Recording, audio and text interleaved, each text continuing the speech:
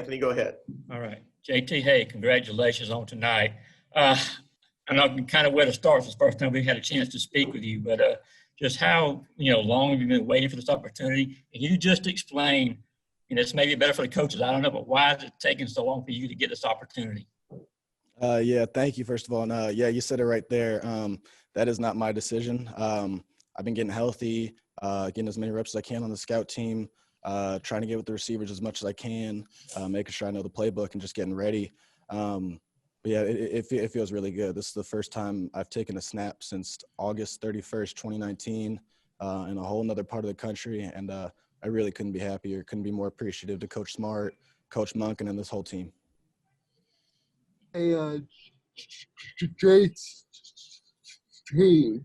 can you kind of tell me when you were comfortable to kind of take this role? When did you feel like your knee was helping enough? When did you feel like mentally you would say like okay, I'm ready to go play? And then also, what were your emotions of the last drive there as victory formation and everybody chanting your name there? Gotcha. Great question. So first with the knee and confidence, I really haven't had much struggle with confidence in my knee. To be honest with you, I think some of that comes from playing the quarterback position, not being asked to do all too much that would really put a knee, especially a right knee, and my back knee in that much discomfort, or to be in a position where I could potentially feel like I hurt it again. It's just been a progression over time, feeling a lot better. I feel really good right now in terms of knee health and overall body health. And then in terms of emotions at the end on the victory formation, it started to sink in a little bit. It still really hasn't yet, that I got to play football again. I've really just felt a lot of gratitude for my family, for this team, for this coaching staff, for everyone for really helping me get back on my feet and play football again. We'll next go to Paul Newberry, followed by Mark Weiser.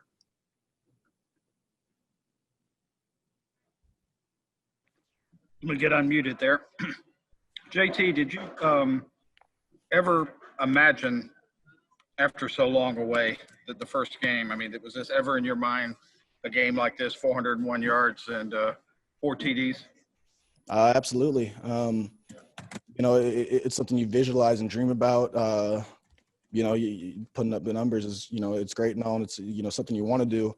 But, we weren't even paying attention to the numbers or, any of that. It was just executing what Coach Monken called, and I think he dialed up a phenomenal game plan. Receivers did a great job of winning.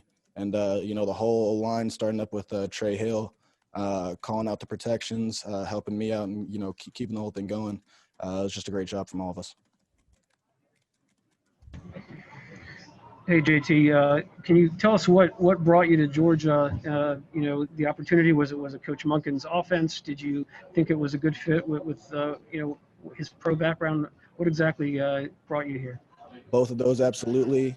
I think Coach Smart is all about winning no matter what. It's it's something I really respect. I think he does so much himself for the team. He is completely selfless. He is here to help these guys win games and help us achieve our goals. So that's one thing.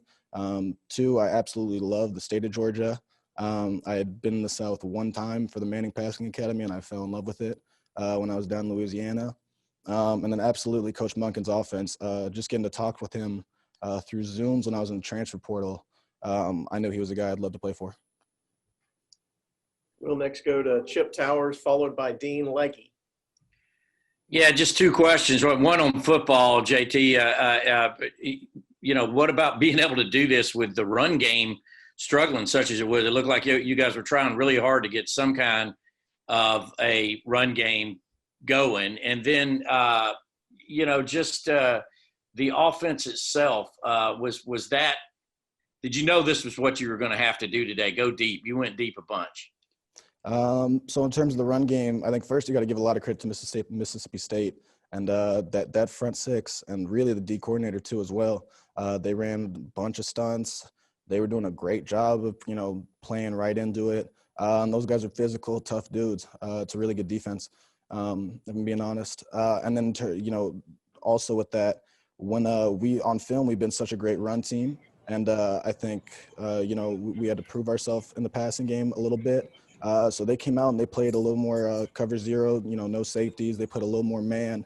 Really, I think it was their emphasis to try and stop Zeus and Cook from, taking it up on him. And then, no, I did not think we would have to come out and be throwing the ball that much. But, that's football. You play the game, see their game plan, see what they're trying to stop, and then you counter it. Hey, JT, I don't want to read into it too much. You said a couple of times that you were thankful to play football again.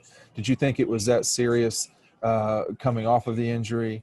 And then secondly, are we to expect 400-yard passing from you every single game? What do you mean by the first question? Well, like I said, I don't want to read into it too much. You've said you were thankful to play again. Did you think the knee was – Oh, no, I did not think it was the end-all, be-all. Just thankful that I do get to play football. It's been a long time since I've taken a game snap. It feels great to do it again. And then what was the second question again? Are you going to throw for 400 yards every game?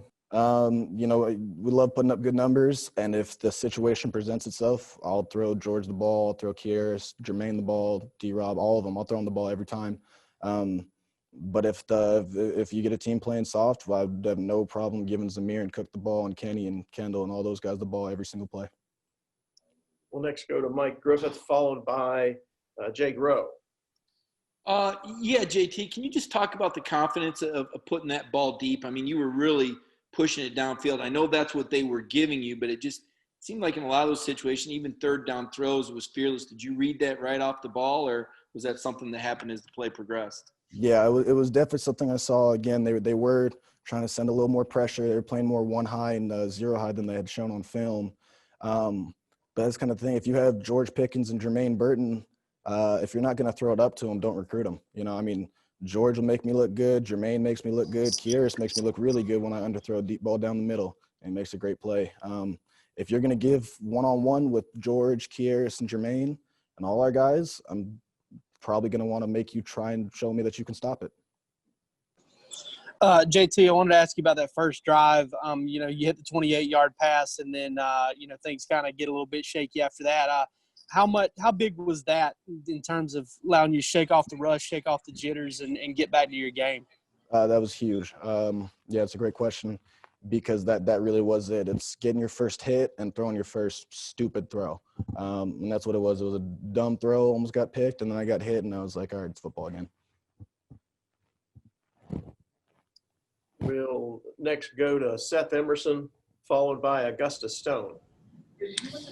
Hey, JT, let me go back to preseason. When Jamie Newman opted out, people kind of assumed you would move in, that you were taking first-team snaps with Jamie. What happened at that point? Did you have any sort of setback with the knee, or to your mind, was it just performance-related that Dwan and Stetson moved ahead of you? I was not cleared for the Arkansas game. Other than that's really, coach decision based. I think Jamie's decision was separate. I can't speak on it. I don't know everything about it. But no, I did not look into that as, like, oh, I got, something happened to me or anything. I was not cleared for Arkansas, and that was all, Coach Mark's decision. Hey, JT, this is Austin. So obviously you were able to develop a connection with multiple receivers tonight. Were you worried about that coming into the game, given the fact that you haven't had that many reps, I guess, with those receivers? Or, what was your confidence level coming into the night? Yeah, so there definitely was, I wouldn't say concerns, but it was something, that was in my mind. I had not thrown with those guys for a little while. But, when you have guys like George and Kieris and Jermaine and, guys that are going to be in the right spot when they're supposed to be, it's not really as much of, I have to have a million throws with them. I trust them to be in the right spot, and it's my job to put in the right spot. We'll next go to Jeff Schultz, followed by Allison Mastrangelo.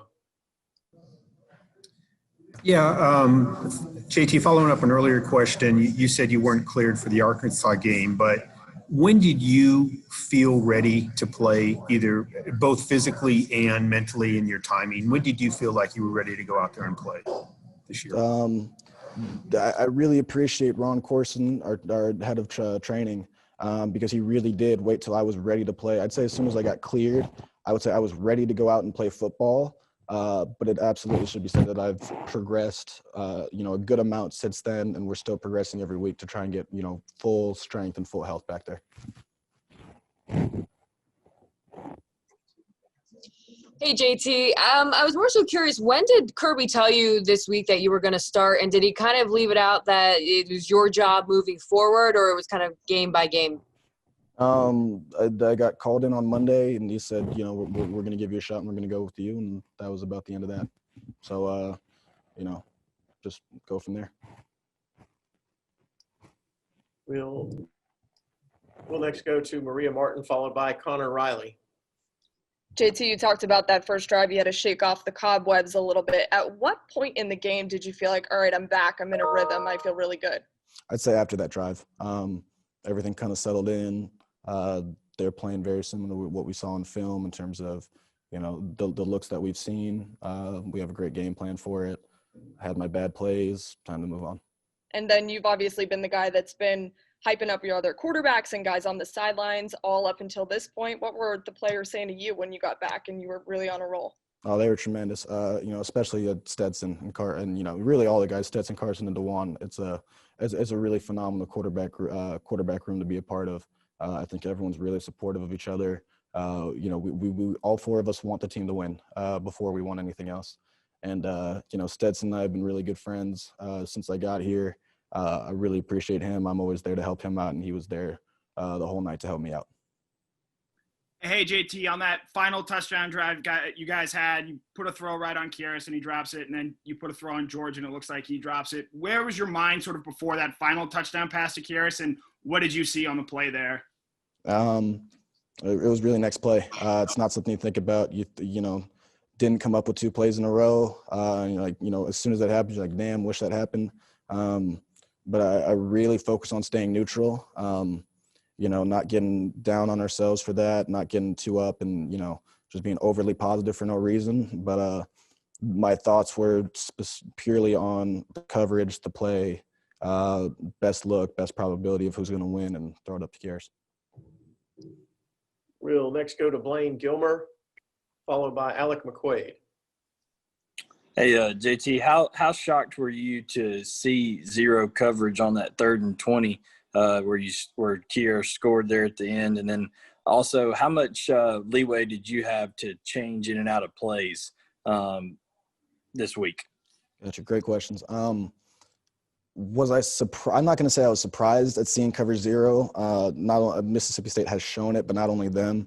It's something you'll see a decent amount. You'll get cover zero trying to get you to just throw the ball out quick, get it out your hands, rally and tackle, and get off the field.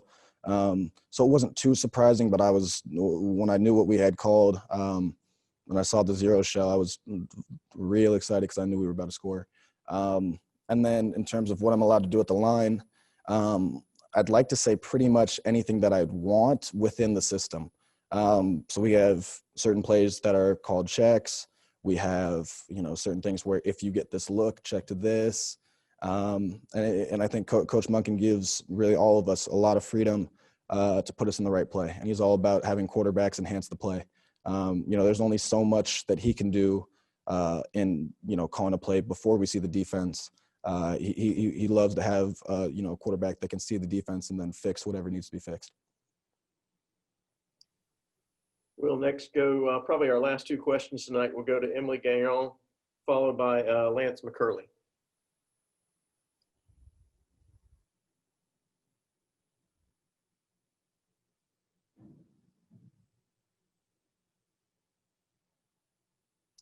Okay, we'll just go to Lance McCurley for our final question this evening. Hey, JT, even though it wasn't a packed house here at Stanford tonight, what was it like playing in I know you've been, at a fair bit game of the season, but what's it like playing in front of the home crowd and night game at Stanford, and how's it compare to playing in the Pac-12 at most of those night games? Yeah, good point. I really can't judge too much just because we're not even close to full capacity with the everything going on. But I can't say enough about how great the fan base here is. They've been super great with me. Wish I got to meet some more of them this year. But it's such a great experience. What we do